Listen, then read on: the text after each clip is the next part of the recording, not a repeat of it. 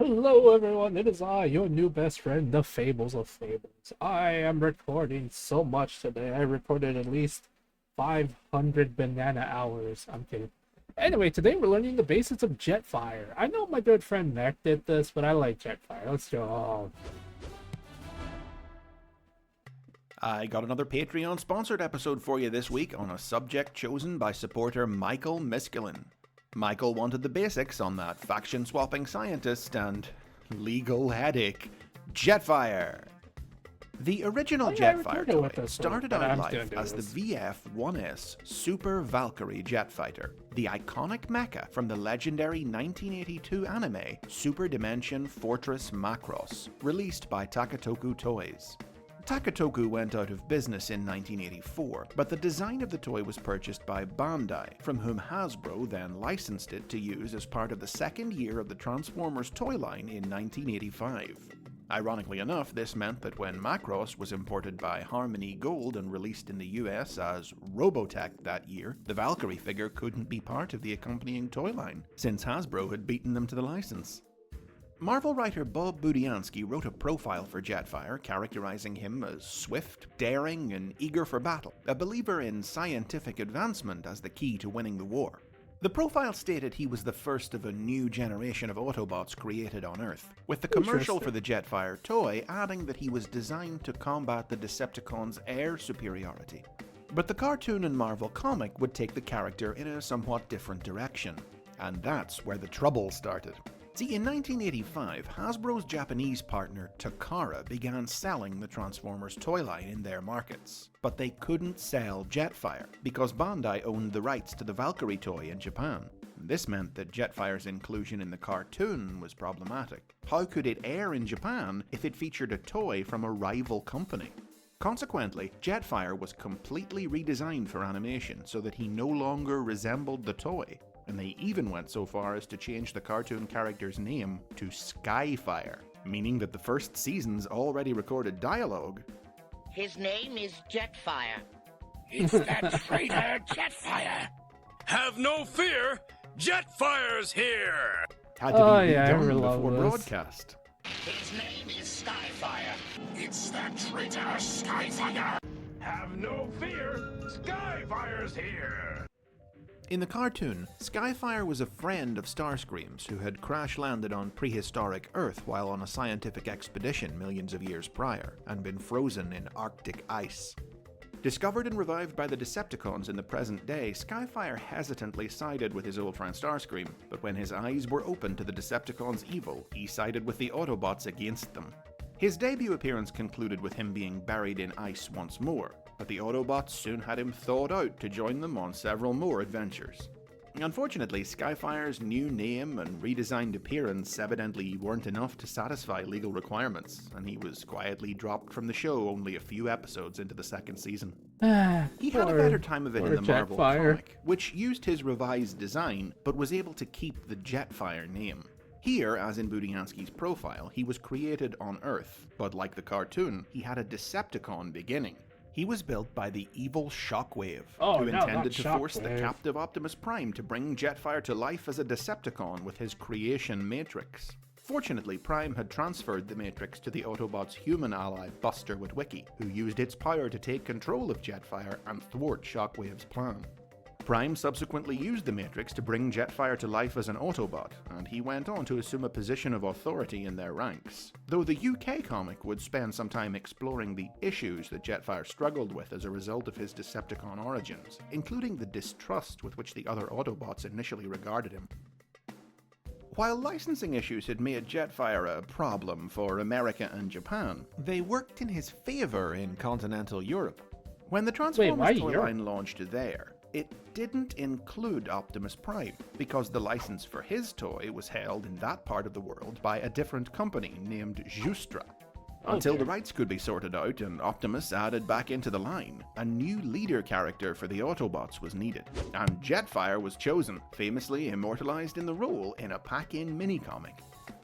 After his toy was discontinued in 1987, Jetfire didn't reappear until 1995, when a new Cyberjet figure of the character was released as part of the Transformers Generation 2 toy line. As quickly as he reappeared, though, Jetfire faded back into retirement for the rest of the decade. But during this second absence, something unique happened. In 2001, Hasbro released a toy named Skyfire as part of the Robots in Disguise toy line. This was the only time they ever did so, but the bot was no relation to the original Jetfire. He was a loyal Decepticon. The Unicron trilogy introduced the first brand new incarnation of Jetfire, who debuted in 2003 in Transformers I love this Armada. version, to be honest. This new Jetfire was second in command of the Autobots, a friendly space shuttle full of bravado who was down to earth in his off time, but all business on the battlefield. Jetfire was left in charge on Cybertron while Optimus Prime left for Earth to search for the lost Minicons, but later joined his leader on the alien world, where their power to combine I to form love this Jet version Optimus of Jetfire. won I don't know many a why. battle. I just do. Jetfire continued in his second-in-command role into Transformers Energon, in which he was upgraded with the Spark of Combination to be able to combine with other Autobots, like the hot-headed rookie Ironhide. An Energon-fueled upgrade later in this series gave him a new color scheme, but Hasbro chose to release this toy as a separate character named Overcast, who was treated as Jetfire's brother. In the final chapter of the trilogy, Transformers Cybertron, Jetfire had a new cargo plane alternate mode and a new Australian accent, but the Hasbro Why? website quickly explained that no, this was actually a Nebulon accent, which he'd picked up while vacationing on the planet between series. While the Unicron trilogy was reinventing the character, comic books were sticking closer to his original portrayal, drawing on aspects of the character from both the cartoon and the Marvel comic. Dreamwave Productions were the first to place heavy emphasis on Jetfire's function as a scientist, going so far as to depict him as something of an atheist. As in the cartoon, he was an old friend of Starscream's who was frozen in ice on Earth, thawed out to help fight the demented Starscream clone, Sunstorm. Dreamwave also amalgamated aspects of both Jetfire's original toy and character designs into one for the first time, a move that would later be reflected in new toys for the character, beginning with 2006's Transformers Classics Jetfire figure. The hybridized Classics design also appeared in IDW Publishing's comic books when Jetfire made his debut in their pages. IDW's Jetfire also had a Decepticon dalliance in his past, having sided with them back when they were an underground movement because he agreed with their beliefs on equality, since he had faced prejudice himself as a Jet who wanted to defy his own function and go into science. But realizing that the Decepticons were using terrorist tactics, Jetfire sided with police officers Orion Pax and Prowl against them and joined the Autobots as the war broke out. He continues to put his scientific skills to work today with the help of his faithful drone, Doc. IDW didn't include Jetfire's friendship with Starscream or his icy imprisonment, but that plot has long been a favorite of Japanese comic books, with multiple manga retelling it and exploring the relationship between the two bots in more detail, showing how it lingered even after they wound up on opposite sides. With so many versions of Jetfire's story being so closely based on the original, the next use of his name on television, in Transformers Animated, stood out as essentially having no relation to the Generation 1 character. Introduced in 2009, animated Jetfire and his twin, Jetstorm, two of the earliest characters designed for the series, were enthusiastic, gymnastic young Autobots who were the subjects of an experiment that was intended to imbue them with the Decepticons' power of flight. The results exceeded expectations. Jetfire also gained the ability to project blasts of flame and to combine with his brother into the super robot Safeguard.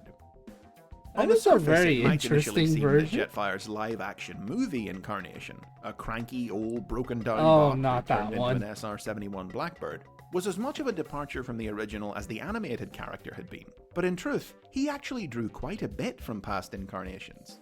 Introduced in 2009's Revenge of the Fallen, this Jetfire was a former Decepticon, a seeker who had come to Earth centuries ago to search for the lost matrix of leadership, only to ultimately defect to the Autobots. It wasn't in a prison of ice, but he did wind up frozen in stasis for decades by a lack of energon, until reactivated in the present day by Sam Witwicky and the power of the Allspark. Like Armada Jetfire, he combined with Optimus Prime to grant the Autobot leader the power of flight, though he did have to sacrifice his life to accomplish it. Lastly, the remember that Jetfire of Bullcracky. the Aligned continuity brought things back around, based extensively on the original character, but with an English accent seemingly inspired by his movie counterpart. As seen in 2010's War for Cybertron video game, this Jetfire worked on the Triptychon space station before the war, studying dark energon with his colleague Starscream. Oh no. When this Megatron poor seized the version. station, Starscream joined forces with the Decepticons, but Jetfire refused, fleeing and joining the Autobots. And that brings us up to date. Jetfire's fascinating and legally fraught beginnings had the potential to see him left in the past, but as you can see, he's defied history to become a major recurring figure in Transformers lore, despite Hasbro even being sued by Harmony Gold in 2013 for God. continuing to make toys of him, claiming it somehow infringed on the Robotech intellectual property. The rapid dismissal of that suit makes it clear Jetfire will continue to be a part of Transformers for years to come, whether he's Autobot, Decepticon, Australian, English, or anything in between. Like I said, I love the Armada version of frickin' Jetfire. Sorry again, was looking at my hand trying to make sure everything's fine. Anyway, thank you all for coming. Hope you all enjoy. I know I did. Love you all. I will see you all later. I know I'm not talking much, and I do apologize about that. Forgive me. Yeah, guys, thank you. Why?